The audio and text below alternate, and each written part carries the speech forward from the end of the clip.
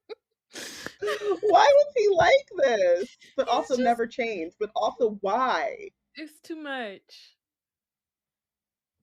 And then Will just releases a heavy ancestral sigh, which is hilarious because he don't have like the ancestors to pull from, but maybe because Bree is so close. It was a neat. I read this as a heavy Negro sigh. He, hello, Selwyn, back from the hunt already. Like, He didn't even feel guilty. He's just like, here we go. here we go. And I just also see him like cutting a look at Bree, like I told you. Mm-hmm. See how cool I was about you sneaking out? Mm-hmm. This is why you shouldn't have done that shit. Because now we have to deal with this shit. So he sees that Sel sees that Bree has burned herself. And then she argues that once she can control Arthur's ether, she won't need to be behind the wards. And he counter argues that she can't control Arthur's ether, which is why he should be behind the wards. And as they're arguing, a dozen armored hell foxes emerge from the trees and surround them. Sel's looking at William like, hey, when is that power of Gawain gonna set in? And he's like, we have a few more minutes, which is like the dumbest power. It's He's also not at full hilarious. strength, except for when the full moon. Like, why is he a werewolf with a bear, a werebear? My favorite part of it is that he checks the sky instead of like, I don't know, having a watch or his phone to see like, oh, okay, so we got 3 minutes to midnight. He said, from the position of the moon, sir. Why is that a thing? I mean, we can talk about it until we're blue in the face. It's just a dumb. It's a dumb. Well, he already has the healing powers all the time. Yes. And it's not that he's not strong. It's just when he's the strongest. Because he's a werebear. Well, he's not turning into a bear. Huh? He's not turning into a bear. I know, but like that's basically what it feels like when he's looking at the moon. Yeah, but it's also noon. It's just midnight and noon. It's dumb. And highly inconvenient when you're being surrounded by a legion of hell foxes. Yeah. So then Sel sets a ward around them, and Bree says, "Oh, I think it'll hold." Just like, why do you say that? Well, no, there's already the third ward is there. I don't know. Does he set one? one, They're or not is the ward is already? Yeah. I think he's setting one. No, he set one around the three of them as well. Okay. Because they're past the third ward, so that she can in the arena. She's still inside the third ward. Oh, she only passed the first. Well, he sets another one. If you're someone from New Orleans or Houston, I know, I just keep saying it, and I'm like, every time I say it, I'm like, this sounds like a different thing. Miss Third Ward. Literally. Beyonce blessed us.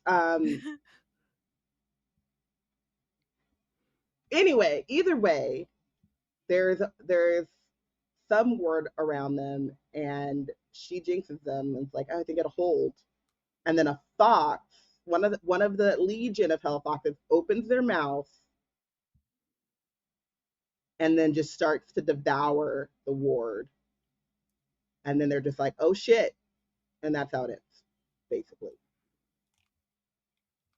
And it's Sel who says it, which is even more concerning.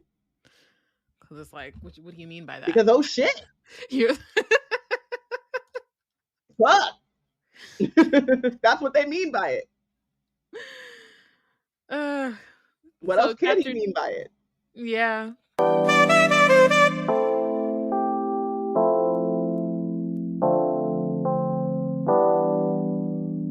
Here on Wizard Team, it's no surprise that we love books. We also love supporting the independent bookstores. With our bookshop affiliate link, you can not only get all the books on your TBR, but you can support indie bookstores and B&C at the same time. And if you're not sure what you want, that ain't no problem. Check out our The Plot Thickens list full of recommendations from none other than Porshèa herself.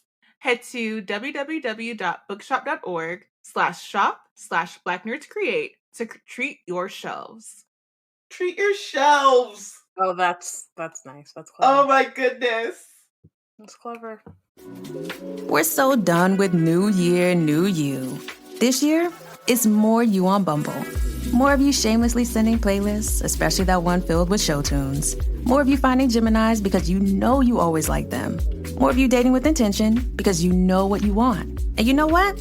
We love that for you. Someone else will too. Be more you this year and find them on Bumble.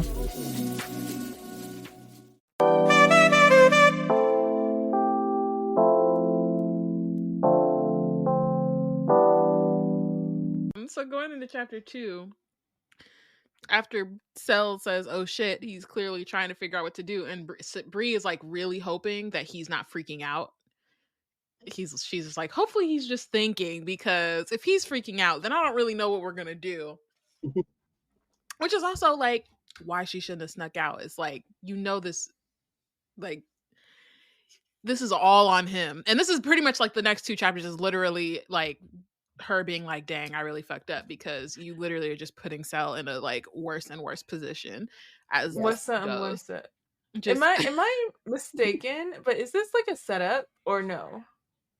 Okay, that was something that came up for me when I was reading it too. Okay. Yeah. I definitely was like, curious. I was like, this feels like curiouser.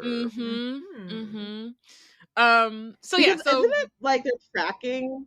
Okay, we'll get to it for sure. So they're trying to figure out basically how to fight the Hell Foxes and also get Bree out of the way, because she can't really do nothing. And they don't have time to call the rest of the Legendborn. They're too far away from the lodge. And so they're like, and then it turns out, which is part of the thing that also made me think like this has to be an inside job, by someone in particular, that we'll get to, but they know who Bree is. So they've kept the like identity of Arthur and the fact that Nick isn't Arthur, a secret, which is also why Bree is so worried about Nick, because they're like, all the demons will go after him, even though he's not the scion of Arthur. But these ones in particular came for Bree, so they know that she's the scion. And so, that's a concerning development. So then Cell summons a chain scythe, which I just needed to say it, because like this book is so, or like the series in general, again, we've talked about it, is like so cinematic, and like also just the like a lot of moments in this chapter just give like cartoon or like anime to me, so I could just like see him summoning like the ether forging into this thing, and then him swinging it around and catching a hell fox, like all of it is just so like it's just like so vivid. Shotgun axe, that's what it was. Shotgun axe. Yeah, it kind of gives that. It's just like, yeah, it's very cinematic. And William is like, we gotta go. Cell's not gonna be able to focus if you're here, because he's gonna be worried about protecting you and fighting. So like, we just need to leave. So they start running, and then they don't even get out of the arena before Bree is immediately snatched up and thrown over this random person's shoulder. This person another blur just runs in, scoops her up, and runs out. Just done, snatched, and then jumps up the cliff and then up the tree. So Bree is like trying to it just immediately got her. Now she's in the tree, like 6 stories high, basically. She's assuming that they're Morgaine, and working with the demons because of something that Raz said at the end of Legendborn. But like clearly they have like the strength of like a Merlin, so she's like, it's not a demon, but it's somebody. And so she's trying to fight back with Arthur's strength, which kind of like trips them up, but you can't, but not enough. So once they get in the trees, she tries fighting more, which again, she's improved. She's much better than she was like before like when they were trying to do the training and stuff in Legendborn, but she's fighting a Merlin. So she doesn't got it. Until she uses the root to burn them, because again, the root is defensive, and because she thinks that because she's in danger, or at least she thinks she's in danger, she can use it to burn him. The person speaks. They have a Scottish accent, and he says, "So it's true what they say about your ether. Bree goes, "What do you know about my ether? Who are you?" He holds up a defensive hand. I'm Thwip. A bright blue ether whip cracks in the air, snaking around my attacker's anchor from below. He tenses. Ah, shite. And then the whip tightens and yanks him out of the tree. Like, it's such a, like, you know, those moments where you get snatched, you look down, you're like, oh no, and then you're like, the Acme, yeah, drawing the tunnel in the thing, and then the mm-hmm. Roadrunner smacks into it or whatever. Is it Roadrunner? I Who's think the one that always gets Wile beat E. up? Coyote. Coyote, yeah. Yeah. Yeah, it was definitely like giving that. So that's Cell, who turns up and he hits him with the "I should kill you for touching her." Does that work? It's happening, but we find out this is not a Morgaine. It's a Merlin, and it's one that Cell knows. He refers to him as Douglas because that's his last name, but we'll find out a little bit later his name is Larkin Douglas, and then call him Lark. So it's funny that Bree resorted in her brain back to her Fred from A Puppet and Scooby-Doo level red herring consistencies, with keep always thinking it's a Morgaine whenever she's threatened. Like, even though the whole last book, she was like, they're like, Morgaines is a vague concept, baby. We're not seeing them. She still kept thinking Morgaine, and here we are once again with like Morgaine, and it's like, why are we here? I thought we established. When she does, I mean, I guess when they do finally see them, it's not really her who sees them. No, but when she finally does, her first thought isn't, "Oh, is this Morgaine?" So that's not her first thought. But anything else, she's like, "Gotta be." It's gotta be Morgaine. That's the only explanation. They've never shown me a picture of one. I have no idea what I just, I have a feeling this is vague sense of what this is. Yep. Okay, so they kind of stop because they realize this is, somebody on their side. And then as they realize that, the Seneschal of Shadows turns up with the Mage Guard. Seneschal of Shadows, aka Erebus Varelian, aka, spoiler alert, the Demon King, aka potentially, theoretically, Cell's father or his grandfather or something. I've seen a lot of I've seen a lot of theories that Erebus is Cell's dad. But I think maybe it was in our Discord that we were talking about how it could maybe be his grandfather. He's really old, which isn't to say that he couldn't be his dad, but yeah. I'm not even like theorizing on that. I was just the cell brick of it up. No, the Cell in whatever the name for just Cell and Bree is. Him saying him saying like, don't touch her or whatever, but also before that where he was like right on her whenever she was hurt, and then also was like whenever William said you'll be a distraction for him if you stay here. These were all coded like, oh well, I distract him. Oh, I gotta does he get distracted by me? I guess that's right. I guess I gotta like go away now. It was just so funny. I love those moments. I love it. I love those moments. So you're just like, imminent danger, but I feel flirted with. It feels so nice. Imminent danger, but make it sexy. So Erebus is here. I think right now, I think it's his grandfather, just because I think that something's up with his mom, which we haven't really gotten to. But I would be like, yeah, Erebus could have been her baby daddy, but part of me thinks that he's her actual dad. I want to know what's going on. It's such a wild way to say that, and I wasn't trying to say it that way, but that's how it came out. So sorry. Could be her baby daddy, but could just be her daddy. It sounds like whoever was like Cell would recognize whoever the man is who is his father. Well, I don't think he remembers his dad. I think that's the other thing. Like, he's talked about like not really having, unless he could be can Merlins be mesmered? Mesmered, yeah.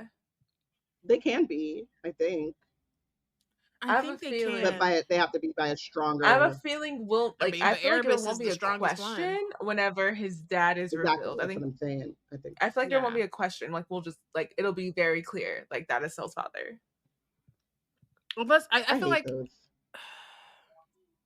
I hope or it's not like Cell's that. dad is dead, because I don't think Cell's dad is a Merlin, unless it's a demon. Cell's dad is not a Wasn't that Merlin. part of Cell's the? dad is either human or a demon. It's like, you know what I mean? Like, Yeah, I thought his dad was literally a demon. That's what I. So I feel like it's gonna be really apparent. that hasn't been that the when- thing. There hasn't been anything about. I'm pretty sure Cell said Like, his father yeah. was human, but that's what he knows because his mom, like, he died or whatever in quotes when he was really little. So it's not that like he would know for sure, and he didn't even know his mom got imprisoned at all. You know what I mean? There's all this stuff he didn't even know about his mom that was happening. So Yeah. I don't know. just Cell like is as a Cell father is figure. a mystery I wrapped like in him an as a enigma. Yeah, I feel like Cloaked as in a a- custody in a- elder, that makes sense. As his father, I just feel like the boy's been through it. Why also miss this man? no, he's definitely been through entirely too much, but I just feel like whatever's gonna hurt him the most is what Tracy decided. Whatever it is. Whatever the answer is, it's the one that's the most It's painful. gonna hurt. Yeah. Yeah. You don't know what the answer is, but you know it's gonna hurt. It's gonna hurt. So Erebus is described. He has voice. His voice is low and smooth like warm honey. It slips down Bree's spine, leaving goosebumps in its wake. The new Merlin that emerges has warm olive skin and thick black hair slicked back into an undercut. As he steps out, he adjusts his long black overcoat. A silver Legendborn symbol is stitched on each wide lapel. Silver grommets at his shoulders wink in the shadows. First of all, he's got the Merlin drip. All of them do though. Like, it's kind of crazy. Someone just They all is got a described as look. a duster, and that just made me laugh because imagining Cell wearing a duster, and I'm just like, it's probably very Merlin coded as a duster, but knowing what dusters like I tend to want to wear, I'm like, with the florals and the yeah, I'm just like, he's wearing a duster now, and then when you hear about how Erebus and like the rest of the Mage Guard show up, like, no, they're wearing real drip. They're like, it sounds like Cell's in the like, but that I think also Cell has the like, I'm a Merlin, but I'm also like a student at this school. You know what I mean? He has to be a little more, I would say, understated, but like Cell blend is, in. He's very hard. Yeah. It's very hard for him to be inconspicuous, but he's doing the best that he can. Like, and like he's more like casual goth, and they're like tactical. Like they've got the silver, you know, he has silver rings too, but they've got the full thing, the cowl over there. You know, they're walking around with the Daemon Targaryen hood. You know what I mean? Like they're doing like the whole thing. And for me, you're saying Daemon Targaryen, they're giving me as a unit the Volturi from Twilight. Mm-hmm. Like they just like they show up in the same way they do, like silent, and then they're there, and then they're all wearing drip. Like it's what they gave me. Yeah, I love it for them, and they all have undercuts. The Mage Guard, they're like just a tiny little thing, just to let you know, like who we are. So that was then that is actually when my theory came that he set the Hell Foxes on him, because I remembered that he's the Demon King and he's turning up and he's just like about to like kind of humiliate Cell. And it's like, you know, because I feel like we spent a lot of time last book talking about like how it didn't make any sense that Cell was the only Merlin in the chapter, and it makes even less sense now, like after that battle, and you're finding out that like this, you have a different scion of Arthur who's awakened than you thought, and you're telling them to hold, you know, be in this holding pattern. They have to fight all of these demons coming out of all these gates that are opening every night, and you didn't send at least a squad of extra Merlins to back him up. You got him and the Legendborn doing that by themselves, and then you send this legion, but like who in their right mind would feel like that was reasonable for him to handle by himself after a whole night of fighting? Unless you as the Demon King are like, no, I'm trying to push Cell out so that I can set my chess pieces up. Yeah, and it's like the timing of it too, because like I feel like him being like, he keeps saying, like, we're gonna get there later, but he keep mentioning that like the guard is there preemptively, like ahead of the funeral. They had to check things out, and I'm like, how long have they actually been in the vicinity? Right. Like, we think that, like, so would probably have picked them up or whatever, but the man's been like like you said, he has a monumental task over the whole school. Plus, he's the only one who's watching out for Bree's back, like as a Merlin, as far as he knows. So it's like, how long have they actually been there? What kind of traps could they have set? How much of they could have observed of Bree to know her movements and know she's been going out at night against orders? Yeah, it's just It, you just have to know more. And it also doesn't make sense given, like, obviously that this part is revealed in the next chapter, but like if you want Lark and Bree to be closer, you would have shipped You him would have to this been. chapter. Mhm. She's been here a month. It's been a month. Enroll him in the school and get him in the dang lodge. But Even that's set it up so only that she can make a friend. Like, she feels like they right. start off as friends. Yeah. But that's only if you want things to go smoothly and you actually want Bree to be king and you don't have other ulterior motives for her and her power. too much. I love That's too spoiler easy. conversations. That's too easy. There's not nearly enough pain in what you just described.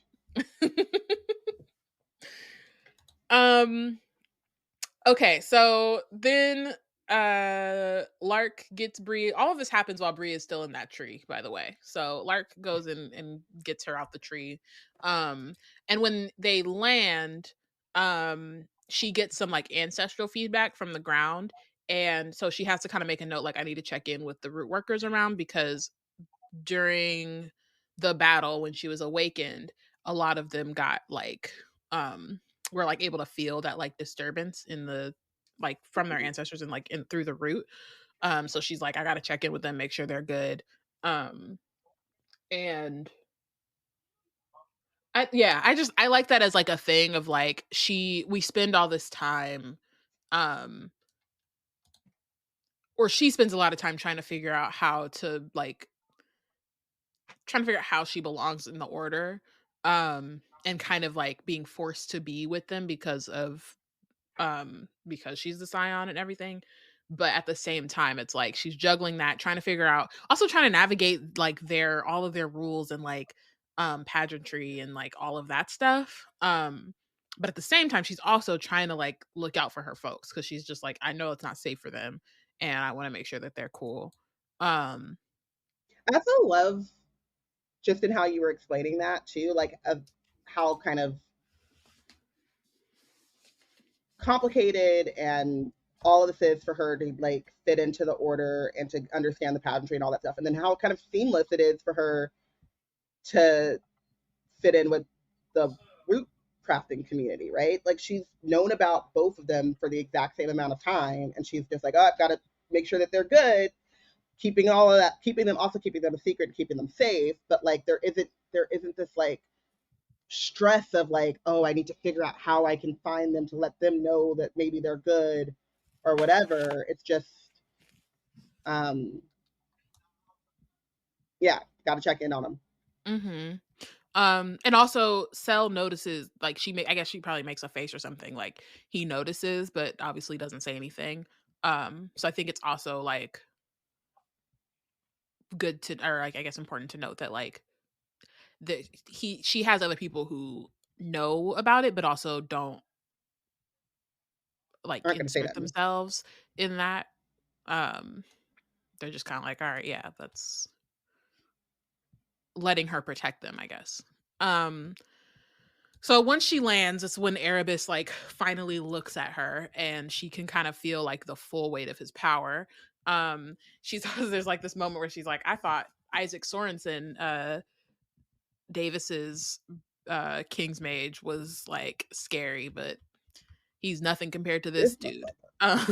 So she's also trying to like, again, it's this thing where she's trying to remember, she's trying to navigate this in the sense that like, yeah, these are the regent, or this is a regent. He's extremely powerful. He has like a lot of pull, but I'm also the Scion of Arthur, so I can't just like present to him like I'm some little kid. Like I have to like remind him Boss who I up. am. Mhm. But she's also covered in dirt. Her twists are coming undone. She's still got burns on her arm. Like, you know what I mean? Like she's not this is not a good first impression, but she kind of is bucks up and is like, nah, it doesn't matter. Like I'm the Scion, I am who I am. Yeah. So he gives her this look though, like when she finally addresses him, his crimson eyes widen. At this distance, his gaze is a silent, cutting thing, but interest and anticipation both flicker across his features at my approach. He is impressed. He's impressed, or he's something else. It's like there's a lot more in that look, I feel like, than just like, oh, okay, she got it. It's like, all of my centuries of hard work or whatever. So yeah, then he bows to her. And that's where the chapter ends. And it picks up with the mage guard following suit one at a time, and they all kneel in front of her. William glances at them and then back to her, and then Bree, again, first impression, understanding where she is right now. She's like, I think, rise. Mage Central, Valerian of High Council, and noble members from the Round Table Mage Guard. So she gets her footing. She is able to do like the formalities, but she has to keep reminding herself of protocols as she's doing this. Welcomes them to the chapter by title, inquires about the regent that he's supposed to be with, and he shares that they, the regent Sestra as the commander of the military, will be in attendance at tomorrow's ceremony, as will the other two regents and their essentials. So this is the first time Bree's actually like thinking and like hearing all this, and she's panicking because that's all three regents and their essentials and the full council and everyone. So she's like more thankful than ever. Like, okay, yeah, it's a good thing that I like forewarned the root crafters. Not that they're pretty open about practicing root, but that would be something hard to run into on campus if you're not prepared. And it's interesting because Cell this whole time is giving begrudged just over it. It's like we expected additional Merlins to join prior to the ceremony. We did not expect the council or the mage guard. And Erebus is like, the mage guard cleared every location in advance of the council's arrival. Advance notice gives our enemies time to plan against us, which then has Bree say, as you should, are we your enemies then? Is that Right. why we weren't given notice that you'd be attending tomorrow's memorial? And Hello. Cell's like, yeah, like he doesn't say yeah, but he raises his eyebrows like, yeah. that one nobody's part. gonna be able to see this because it's a podcast, but that Podcast. one meme of the Lena can see it. lady, right? And the lady she had the bonnet and she's like, he's like, like, what do you mean by that? Like, or the your hello enemies. gift. But again, these are all like hints that they're not actually really like. There's here more for than her. to meets the eye than which like, and Like, so they're and clearly up to something. And Bree, for her asking the right question, she's also kind of like it's in a place of, this is this whole book. We're gonna honestly get into what I feel like is a big theme of the story, and generally, I guess, is like of power play and like who holds it, who believes they have it, and what they can do with whatever power they think they have. And Bree, as the newly awakened Scion, she is over here trying to align to the Order's protocols, not aware of the deeper politics that she stepped into, and she's taking some of the things that Erebus is responding to her at face value when she really should not.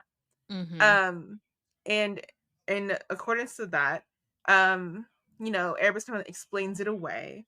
And he kind of like, but he starts off like, with like giving her some like her title honor by saying, "Oh no, my liege, of course not." and then his mouth opens but then closes again, like he wishes to reconsider his next sentence before releasing it.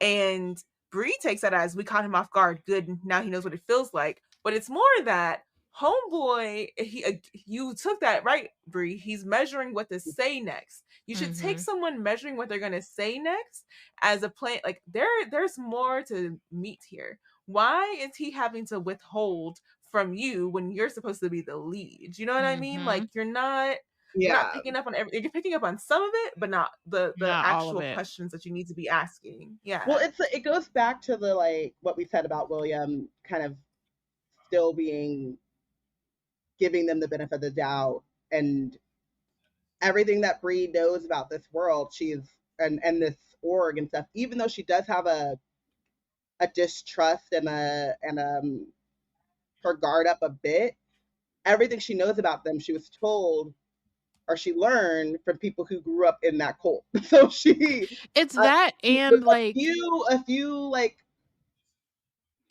deeper glimpses from like the root crafters in her life who know like the full brutality of this organization. But yeah, so she still mostly has that, like, they're the good guys. It's that, and I think she's only so far experienced smaller interpersonal racism when it comes to members of the order, and not so much systemic in a way that's like overtly systemic, I guess is probably the better way to say it. So in her head, she's thinking, yeah, I'm gonna have to prove myself. That's why she's been trying to learn how to forge her ether. She's still thinking on that level of like being the first or being the only, and not so much on like, no, they actually do not want us here. You know what I mean? Like it's a different, not like, oh, they'll work with me, but I have to prove that I can do this thing. It's like, no, they are not going to work with you. Actually. Yeah. I think that's like the thing, like when she's talking about like, oh, good that he knows what it feels like. It's like you're off guard because you're never supposed to be on guard. Like they don't ever, like you're gonna feel like you're off this whole time. And they're gonna play the game, but they're only doing it until what, right? Like that's the question. Like how, like what is the actual game here? And it's like, and yes, technically because you're the scion or whatever, you're in charge. But even with Nick, it's just like, yes, like you even saw if Nick with how was they played with Nick. Yeah. Right, and it's like they have been in charge. Arthur hasn't awakened in like 300 years. So in that time, they've been able to solidify their power and their like rule for 300 years. They're gonna give that up to a teenager, and without oversight from someone who's supposed to be higher powered than them. So why? They know way more about their power and abilities and everything about the org. They know more than Cell knows. And he's like, yeah, it's just, I need her to ask more questions. At least in her head. Like, it's not safe to ask them out loud, but I need you to ask them in your head so you can She just needs to be more skeptical all the time. Constant vigilance. I don't even know that she's not skeptical enough. I think it's just that she thinks that she has more, picking up, not the upper hand, but she just has more power than she has. And even still, she knows it's not a lot, but she still thinks that she has more sway than she does. And I think even when her interaction with Larkin, like her root being part of her reaction to him, she thinks that like if push comes to shove, her root will disarm them because they don't know what it is. So she's like, she's got a safeguard if anything gets crazy. But it's like, you don't though. And we see that later. But like I think she thinks she has a safeguard that they're like a card that's to play that they don't know about. And therefore she's the one with the upper hand and she's not. And that's the sadder part about it. Yeah. So we keep going into like, again, power play where it's like Erebus and Cell mostly going back and forth about like who's going to be at the funeral. The fuel, it's going to be the full firepower of the of the regents. And so that's including like so many, like 24 different Merlins or higher Merlins, mage guards. Bree is technically called the Crown Scion, currently, because she's not been crowned yet. And then the other team of mage guards are already on site. So basically everything has been planned without them. Cell is rightfully pissed off about not being included in getting this input, and then Erebus is really like, you are the problem here, Cell, because you have a dozen hell foxes breaking down your wards. When I arrived, I witnessed a crown sign of Arthur covered in soil and dust, wounded and running for her life. And he's not wrong. Like, if this was just what Erebus was, if he was just a stickler for, like, you aren't doing your job well, then he would be fine. It wouldn't be great, but it'd be fine. But he's worse he than set that. this up. Mm-hmm. I'm convinced he set this up. That's This is exactly what he wanted to happen. He had Homeboy run in and grab Bree, like, immediately. And also and to do it in a way of, like, not say nothing. Not like, to William, and William they could literally just have other Merlins there, and this wouldn't have happened. And just they could have just surrounded, like, used all the to surround and, like, make and fight the hell foxes. But what I'm also saying is that, like, when it was Cell acting as Bree's spider monkey, they talk, like, he could run and be like, "Hi, I'm part of the mage guard. My name is whatever. I'm getting out of here." It only got to be just introduce yourself. You know what I mean? But again, it's like he took her out of, like, William is her, like, under person or whatever, her knight. He could have at least been like, "Hey, yo, like, hi, I'm one of the Merlins. Let's all get out of here." You know what I mean? Like, yes, his priority is Bree, but you don't take someone from their charge. Like, you don't take the charge from somebody. You, like, let them know, like, I'm good. Like, we're good. Yeah, you back out. You become backup. But what I think is happening, because we also have to say that, like, Erebus is the Demon King, but, like, Lark doesn't know that. Like, no, the Mage Guard doesn't know that. No, no one knows that. They just no one knows power order. Yeah, no, they just think he is, like, he's powerful in the Mage. Like, he's the head of the Mage Guard. Like, he's the head of. Yeah. He's their boss of the Majors. Right. So, like, very easily he could have been like, "I want you to take Bree," and then just, like, let's see what she does. You know? So he's doing it as a catch her off guard and see what we're working with type of thing. Which benefits Erebus in two different ways, right? But it's like, y'all literally could have just jumped in to help Cell fight the foxes in the first place. Maybe one of y'all still could have swooped Bree, but at least, I mean, in the first place, y'all could have. Yeah, y'all could have. Y'all could have not sent the hell foxes a legion of armored. Yeah. Well, I think that he did that. I don't think the Mage Guard did it. No, I know. But yes, you're right. It's just, it's too suspicious. And the thing too is, like, no one ever follows that line. Like, even in, like, Legendborn, when they were like, "Wow, they're really coming, and this is all of this." Like, no one ever stops and, like, they'll mention. It's crazy that they're all concentrated here. It's crazy that, like, we're seeing so many more, as opposed to, like, the rest of the chapters are across the country. I think the other chapters were also getting. They were talking about how the other chapters were also getting a lot. Like last. They were, but it wasn't like. I don't know. No one ever, like, they'll mention or they'll say in passing, like, "Wow, this is, like." It's interesting. They also weren't. Yeah, because I'm like, they weren't, because the other thing is Davis was traveling a lot. They weren't, like, tracking his travel. You know what I mean? They weren't following they weren't following that thread of, like, this is suspicious. This can't be a coincidence. Let's dig a little. You know what I mean? They were just like, "Oh, that's crazy. Let's fight." Just like the demons are doing. Yeah, but I also think in terms of for this book, there's just no time to even. There's no time. There's no time to be trying to. Let's stop and think. Like, no, there's no time to think. Part of my theory is that Erebus is not in on Doug Davis's plan, but it suits his needs for his actual plan for all the gates to happen that way. So I think if anyone was going to raise the like outcry, like we should investigate this, it would be him. And because he doesn't on purpose, because it suits his needs for Camelon to come, so he keeps letting them happen. So that investigative arm, if it was going to happen, it would have come through him, but he just didn't do it because it worked out for him not to have investigation done.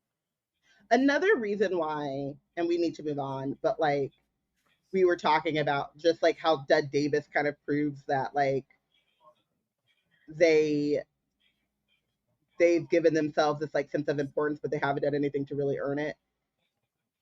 Like, not only were you infiltrated once with your head of the regents, but then your head of the mages is the Demon King.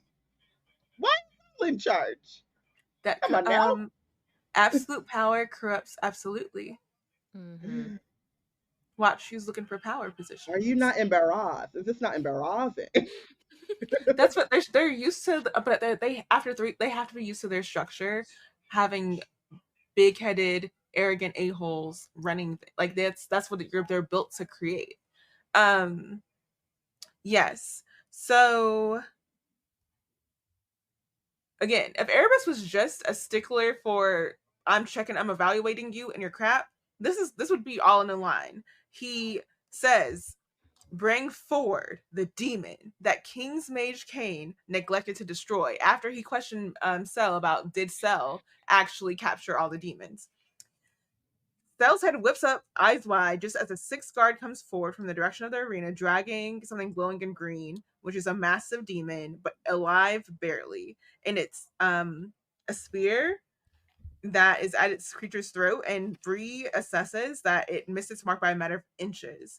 And Cell scowls and he says, I believed it to be a killing blow just like the others, but belief is not fact, King's Mage Cain, Erebus murmurs. A ruddy flush swims up Cell's throat to his cheeks. Yes, Seneschal. And then with a signal from Erebus, the Mage Guard releases the creature in front of the group of Merlins, and then everyone, including Cell, jumps the freaking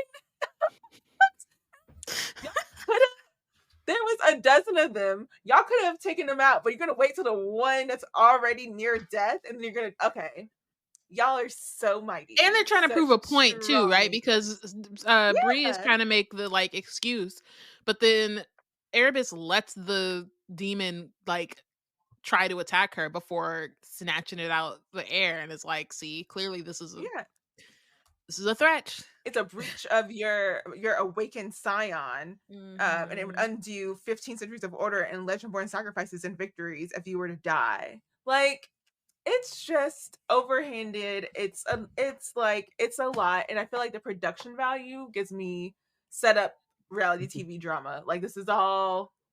Can you go? Excuse me, Mr. Demon Hellfoxer. Can you go out and then take that again?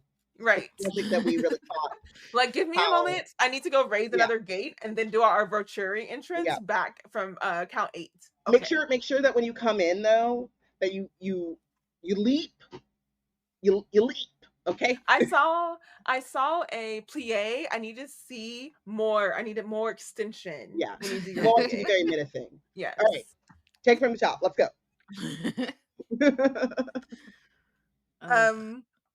The demon snarls. It gets blamed. Of course, Erebus does the final blow, and then he says to Selwyn, "I gave you this post with the expectation that you would protect the sign of Arthur's life with your own."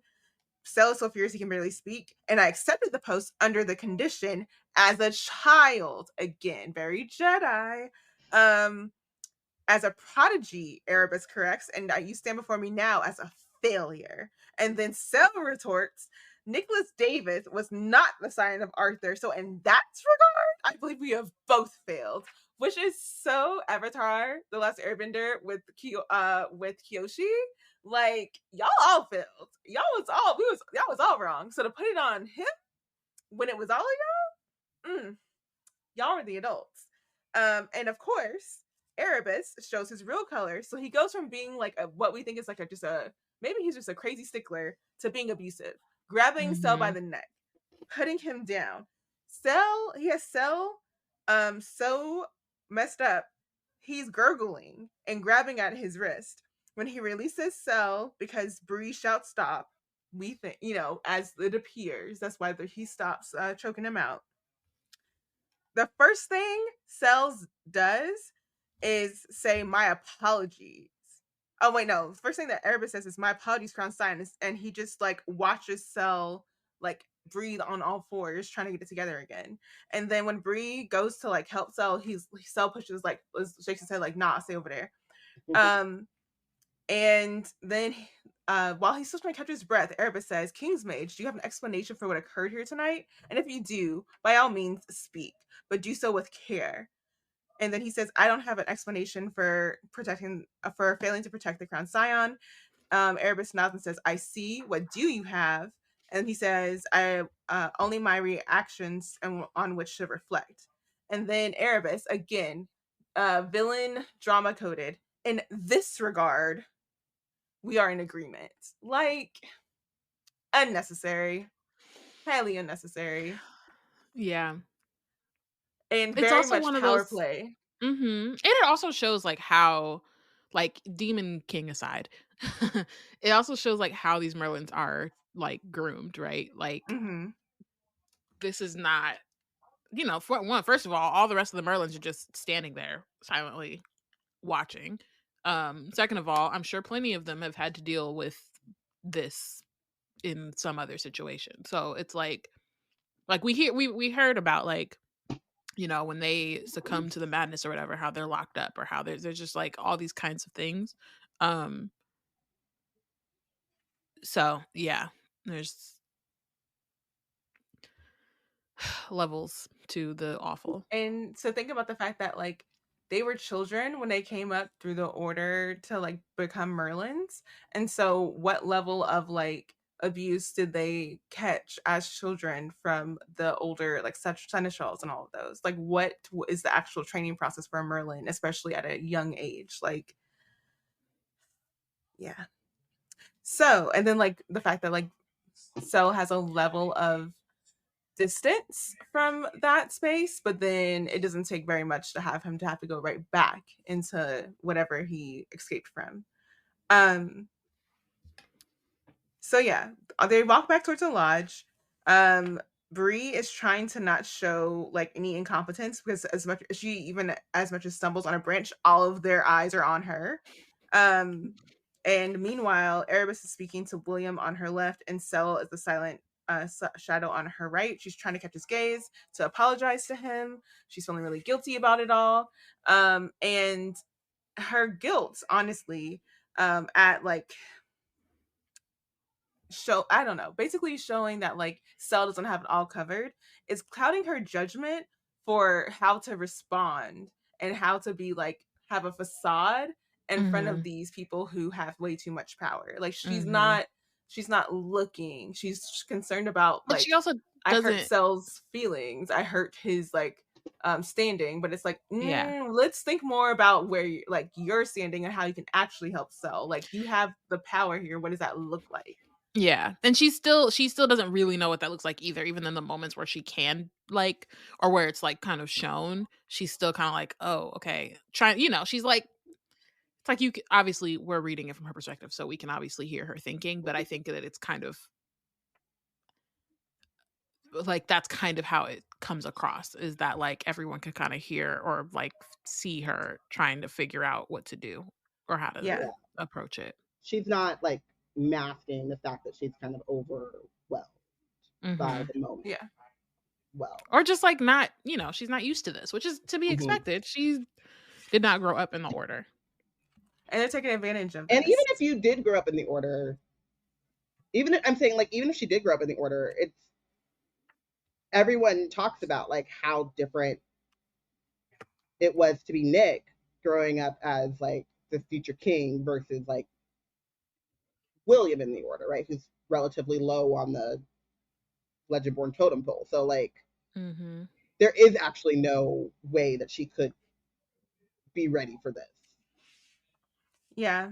And they're taking advantage of this as they get to the lodge. Erebus orders one of the mage guard to go with William. And like Bree just like naturally, just comes out of her, says William doesn't need an escort in his own home. And the mage guard that was supposed to go with him stops, flickers her eyes to Bree, and then looks back at Erebus. So this is like another, like, it's like a, what do the regents want, or what kind of game are the regents and Erebus and them playing with Bree, so that the like mage guard are aware that she's the one who's supposed to be like given fealty or whatever, like she's supposed to be given like that like extra layer of like listening to or whatever, but Erebus is their primary commander, like their daily commander. It's also like and how much do they know about like the regents, like what the regents are pulling? Yeah, I feel like it's like this theater of compliance. Like they're not actually working for her, and I think that the mage guard knows that. Or not, maybe not that they know that, because I think like Lark, the way that the way that he kind of moves isn't in the same way, but I would say that like, again, they spent all this time being trained and being conditioned in this specific way, and so like, yeah, Bree says something, yes, I have to answer, I have to like respond to that, but it doesn't feel genuine. It's not actual deference. No, well, it's two things too. There's like the one thing of like, I'm really about to take, from a certain, I would say probably majority of these, am I really about to take orders from this Black girl? And then two, like, it's just also very difficult to like go from being basically raised in and growing up in this space where this guy is your boss to all of a sudden taking orders from someone who is your age and or more than likely younger than you, right? And like, we're just supposed to overnight take, like, flip, you know what I mean? Flip who we've always listened to or whatever. And she's not giving off an air, she's giving off this air of uncertainty as well, I guess is like probably the best way of saying that too. So it's not even like you're going from taking direction or taking instruction from Erebus, who is like completely in control to the point of abusive dominance, right, to someone else. But you're going from like an abusive, dominant kind of person to someone who is possibly younger than you and in not confident in their power. So I just think there's the power play here, and like who's pulling the strings, the real strings, and who's got what notes about what role they're playing and playing this theater out around her. Yeah. So Erebus tries to, like, again, the theater is like, explains it off like, oh, does he actually mean this? Or is he just saying enough words to massage Bree's ego? So he says, I apologize. I sent guard to accompany, not escort. She's going to offer a casual introduction to the presence of the mage guard than a formal exchange of titles and greetings. That'd be easier on the Legend-born unit that just returned from the hunt and is no doubt eager for bed. And then she, whenever she sees William shrug, Bree's like, okay, that's fine. Thanks for explaining. And then with a silent look, he sends Olsen back with William towards the house. He also sends off other mage guards to do other placements around the building. Can I say something really quickly? Sorry, I know we're trying to like wrap up, but one of those guards just clicked this read. He, first of all, is like, in my head, I always think of him as like the hating Merlin for this book. Like, he's just always hating, but his last name is Zhao. And this time I was like, wait a second. And I don't know if she was thinking this, but that's an Avatar reference. If it's on purpose. If not, it's a coincidence. But I think it's on purpose. Because he's a hater. And so I was just like, wait a second. But it only took this read to like, for it to something to click in my head to be like, wait a minute, not Zhao. But yeah, anyway, we can keep going. Yeah, so he sends them off to them. I didn't click, it didn't click to me at all. So, you know, thanks for pointing it out. But once you said it, I'm like, nah, she did that shit on purpose. He sends the rest of the guards off on assignments around the building. He notes another inadequacy of cells because when the Bree's window is open, of course Bree feels guilty about it because she's the one who opened the window. Blah blah blah blah. They put wardings, and then Erebus goes back to ceremony here, and he says introductions are in order, I think, and looks between Bree and Lark. And formally introduces them. Larkin says, I'm Larkin, call me Lark, my liege. And Erebus says, Guard Douglas is the youngest member of the Mage Guard, but trained by one of the best. Cell says you, droyally, and Erebus says no, his father, Callum Douglas. And Cell, this is again like an undergirding thing here. Cell asks Larkin, how is your father? Still angry that his son lost to a cane, which again, that last name, it's like it carries weight. There's more to the story for Cell, right? And Lark just like it doesn't really like react that badly. He just answers that he got over not being selected for the King's Mage when I tapped for the guard. Selwyn might have a flashy title, but we get all the best field missions, and Sel just kind of brushes that off, saying like, oh yeah, we're not securing the safety of the regents. The Mage Guard operate in the darkest shadows, take on the most dangerous Shadowborn legions, blah blah blah. And then Lark notes until a sovereign is crowned anyway.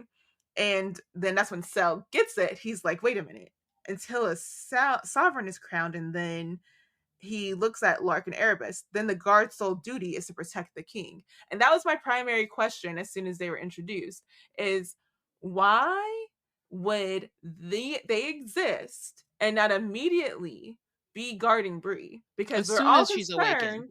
We're all concerned about her being taken out while awakened and how like vulnerable she is. But if you were really that concerned about it, she wouldn't have been in this the quote unquote safety of the freaking the lodge. She would have been in the actual safety of whatever secret compound y'all have where y'all been sitting this whole time anyway. It's a setup. And how do the regents actually operate? Because why are the regent heads having more security than an awakened Arthur scion? And it's been a month, right? So like, it's not even like the prologue where she, it's the day after or whatever. It's been a month. Nick was taken from next to her the same day. They should have been like, even if they're trying to figure out whatever, they could have like undercover sent 10 of them. It's a whole army. Like, why are the freaking scions of the order on campus the ones who are watching, safeguarding her around campus? Why aren't there other mage guards? Calling all the mage guards. She's Arthur. Right? Calling all the mage guards. Fishy. And what's weird is like I could see Bree not catching on to that. But none of the other I bet you Tor they've been talking about it behind her back. Clocked it. Yeah. Mm-hmm. Behind her and Sel's back, and probably Williams. Yeah. They know who's on the side type of thing. Yeah. There's two camps. So then the air thickens with some unnamed tension, and Bree says, I'm missing something. Then Cell says, I believe I am too, Brianna, saying her full name when she's like, ooh, when you call me my full name, I feel like something's off. And Lark has the niceness of actually looking a little bit of regretful, whereas Erebus just says, my liege, you are aware of the Order's organizational framework, the body politic, which we all know Homegirl has just been... How long has she been here? That and also she was there for Lord Davis's long-winded speech, so yeah, she knows. Yeah, you already know. So, she knows. Bree says, I know the legend board are the Order's beating heart, and Erebus smiles, saying yes, and you will be the head and crown, but in the absence of a king, even when one is called, the regents are the spine. And as the Regent of Shadows, Sestra oversees the Merlin military, the Mage Guard, the Order's intelligence network, and all of its security forces. Again, where were y'all a month ago? Nowhere. Security forces that include the King's Mage, Cell adds, and except that my oath supersedes any order that you or Regent Sestra might give. And Erebus says it did, before your oath was proven to be misplaced. Again, whose fault is that? And then Cell's jaw muscle tightens. He wraps his fingers around Bree's wrist. His grip is not gentle, but his palm is sweaty, knees weak, arms are heavy. Mom spaghetti on the sweater already. If that medieval politics lesson is over, then I think Crown Sign is due for a rest. So when I think you realize I did not introduce Larkin here without purpose. Erebus's voice is not unkind, but it is firm. Your services this past month have been appreciated, but past month. So again, it's a setup from all of it is a setup. Top to bottom. He was trying to get Cell out of here. He didn't really have to do that though. He really could have just came through with the mage guard and been like, Selwyn, go find your charge. We're here now. We got her. Like he really could have played that card a month ago. Guard Davis will protect the Crown Scion now, and he will remain her escort until they're bound together by the King's Mage Oath. Is where Erebus leaves us in Cell. Yeah.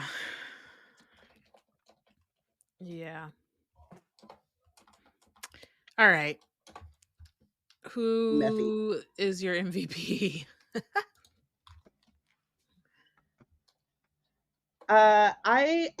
I gave William my MVP. I was going back and forth between, so did Lena. Hey.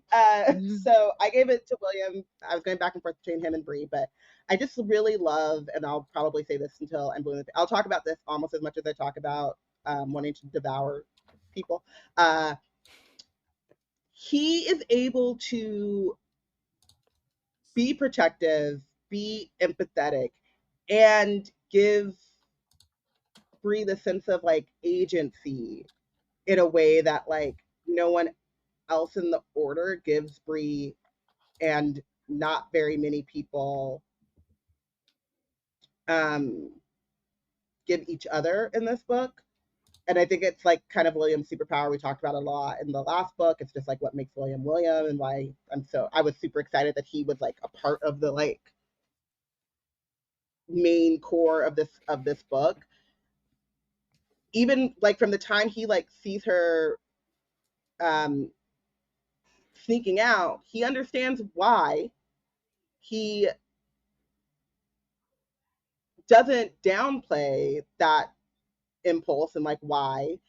He also doesn't carry her kicking and screaming back into the lodge, which is what we all know Cell would have done. And then it's like, I'm gonna help you train in the way that you feel like you need to be, even though I disagree with like your assertion that you need this to be the leader, but you need it to also feel confident, and that's important. So I'm gonna help you. So I think that like all of that is why I give it to William. I named Bree my MVP because if anyone's doing their best, it's Bree. Like she's doing her best. Like, you know, really is it misguided that she's going out at nighttime over here where the wards might be a little thin? Perhaps it is. Yeah, actually, yes, very much. However, she does not know how to control her powers, and Homegirl has been needed to learn how to figure that out. And it was all fine and friendly earlier, like earlier meaning like Legendborn, when she was like, I'm gonna quit, it's cool, like I got it. But now that she's like right in the midst of it all, like the figurehead now for it all, she really does need to get into her power set. So I can't be too mad at her about that. She is like, her guilt is eating at her in her relationship with Cell, him not talking to her for a while. She mentions that in her, as she's thinking this out, she hasn't really spoken to Cell in a week or so or whatever. So it's like there's a couple of things that are like weighing on her as she's like going through all this like power play and all that with Erebus and the rest of the Mage Guard there. But she can only work with what she got, and I just wish that one of her peers within the order was conniving enough to be like a double agent for her, so she would have a bit more information to work with, because this is really messed up. So I can only give her MVP for doing the best with what she got, because she can't do what she don't know, you know. Yeah. I made Cell my MVP. I agree, which is kind of funny. This is hilarious that like the way that this I don't think we've ever played out, been because I think this that different. and I would think that like you would make Cell MVP and Porshèa would do William and I would do Bree. So I just feel like it's kind of mixed up. It's all contingent populated. But no, I just feel like this kid has been run ragged on purpose, and it's out of pocket, and he has to take the blame for things that are clearly it's a setup. Like, he's being set up, and so is Bree, but like right now he's kind of shouldering all of that in terms of the like physical, like day-to-day labor of it.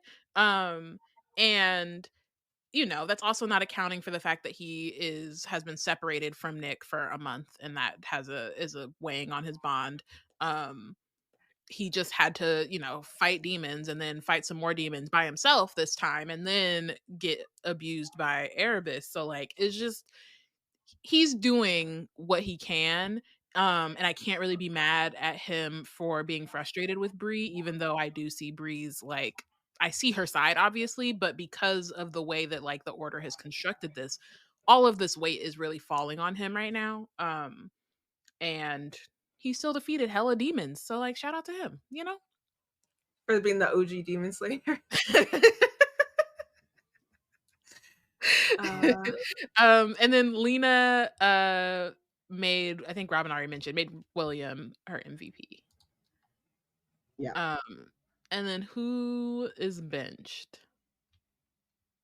So okay, I'm gonna start with like the obvious, Erebus, because like I agree with you that it was a setup, and that he set especially this up with the armored corporal hell foxes. Like, that was doing a lot. And you know, he's like puppet master, pulling the string, like pulling demon strings, Demon King, all of that. All that said, I also gotta bench Cell. And again, agree with everything that you said, Bayana, about him being overworked on purpose, him being the only one. But I do think, and again, he's also young. Like, I don't like to, you know, his medulla oblongata is not full, his brain is not fully formed, and he's got demon blood, and his oaths are killing him. All of those things are explanations, but they are not excuses for the fact that and he should know this as someone who's experienced this, if you cage someone up, they're gonna wild out and escape. Like, I think that he needed to give, like Bree said, it was suffocating, and he needed to give her a little bit more rope in a way that would have been safer, and so give her at least a sense of control, so that she didn't feel like this was like her only option to get that training and get that confidence that she needs to do what she needs to do. And so I feel like while Bree understandably is feeling very guilty, and again, what Porshèa said about like how she made her MVP, she's doing the best she can with what she's got. And she doesn't have a lot because Cell has like trapped her in a cage. Yeah. So. And look, it bit him in the ass. So, forethought would have been helpful. Listen, Lena. he will sit early. He will learn from his mistakes, and then he will be back on top. And also, I love an underdog. I'll sit on a bench. Even if you underdog him yourself, you're like, I put him in a doghouse, and he's my underdog now. And that's my man, and I'm gonna stand beside him. But I am gonna call a thing a thing. I appreciate that you can do that. Hold both, you know. I made duality. I benched the regents because as soon as they realized accountability is the name of the game. As soon as they realized that they did not have the correct allotment for Nick and Bree, they should have been like the least we can do is make sure we, one, talk to the girl, get an understanding for where her head is at, and like make her aware of like the minimum level things that she can have access to in this new position. Like, and I know why they didn't, right? And that's the main reason That's why another reason to bench them. Yeah, that's the main reason why they're benched. But the like, if say they were not even equitable bureaucracy, just say they were like a functioning with like the D and not the EI kind of freaking like bureaucracy.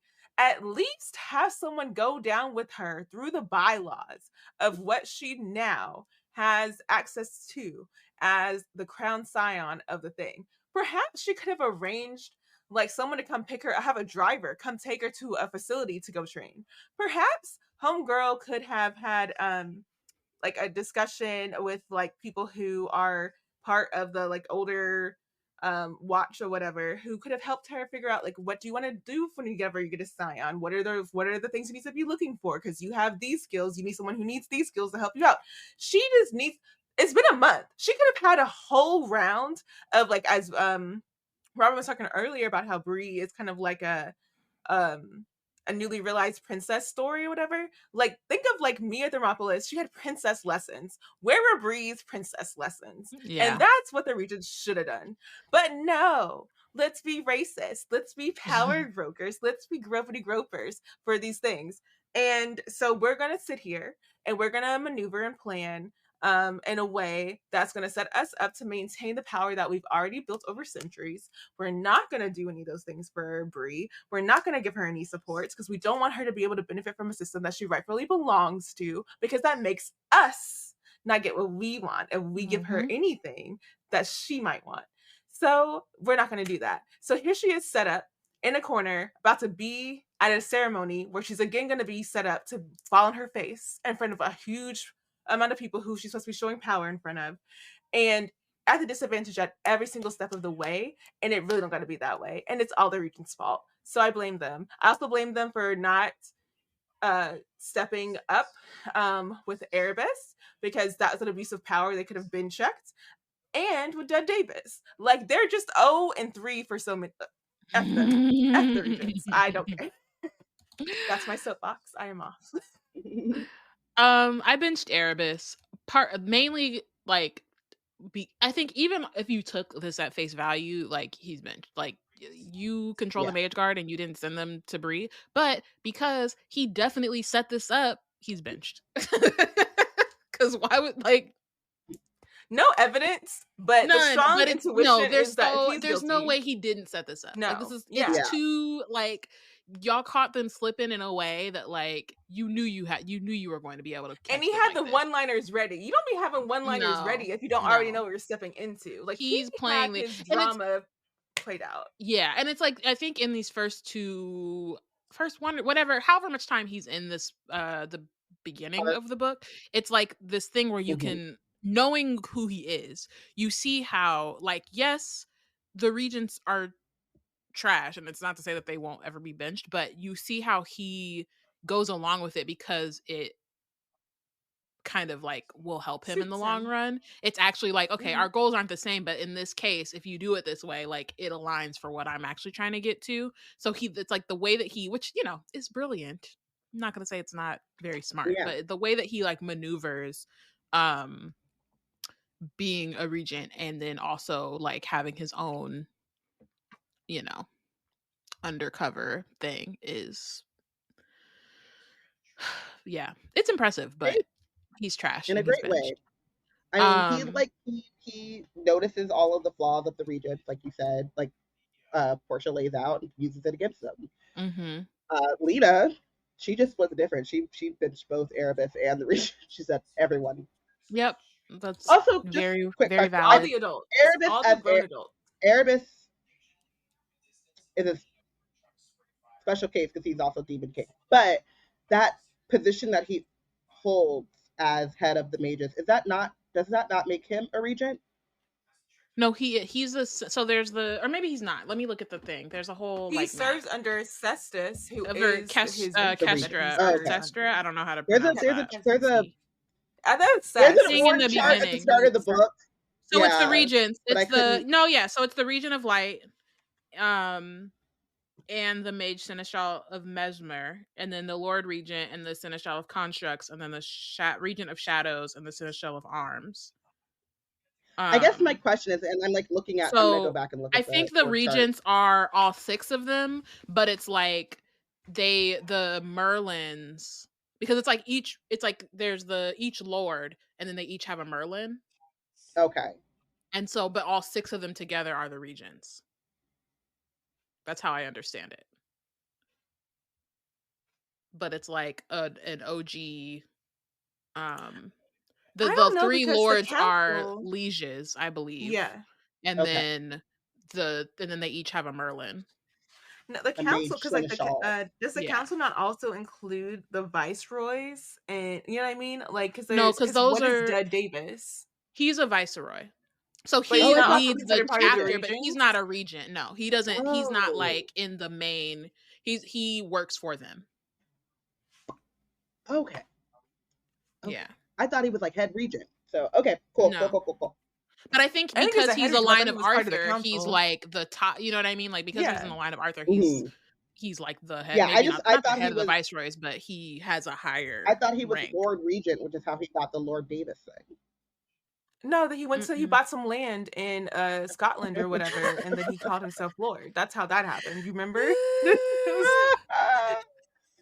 I thought that was just like a bonus thing. But okay, all right, cool. I Thank think you. he's a lord This is all because very he's a not all. I don't think all the viceroys are lieges, He bought right? land. Because the And- 'cause lieges they don't are call the all the other ones. viceroys don't call themselves Lord. Because he went No, and but bought a title. no, but he's lord because he's Arthur, or he's not, but because he thought he was. Yeah. You know what I mean? bought Like the they call Nick title. No, Lord. but they're not the people in the order are not calling him Lord because he bought that title. He's not. Maybe like the once-borns and like regular people would. But I No, thought he they're was calling him Lord in because he was the scion of Arthur, allegedly, Yeah. or apparently. It's because he was the scion of Arthur. He's a liege, but he's also a viceroy, which means he like he's actually, some of those lieges are like training people or whatever, but he's doing more of the like organizational political stuff. Yeah. All right.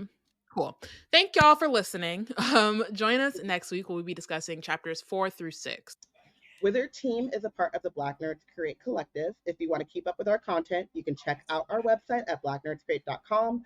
Follow us on Instagram and Tumblr at Wizard Team Pod, and on Instagram, Tumblr, and TikTok at Black Nerds Create.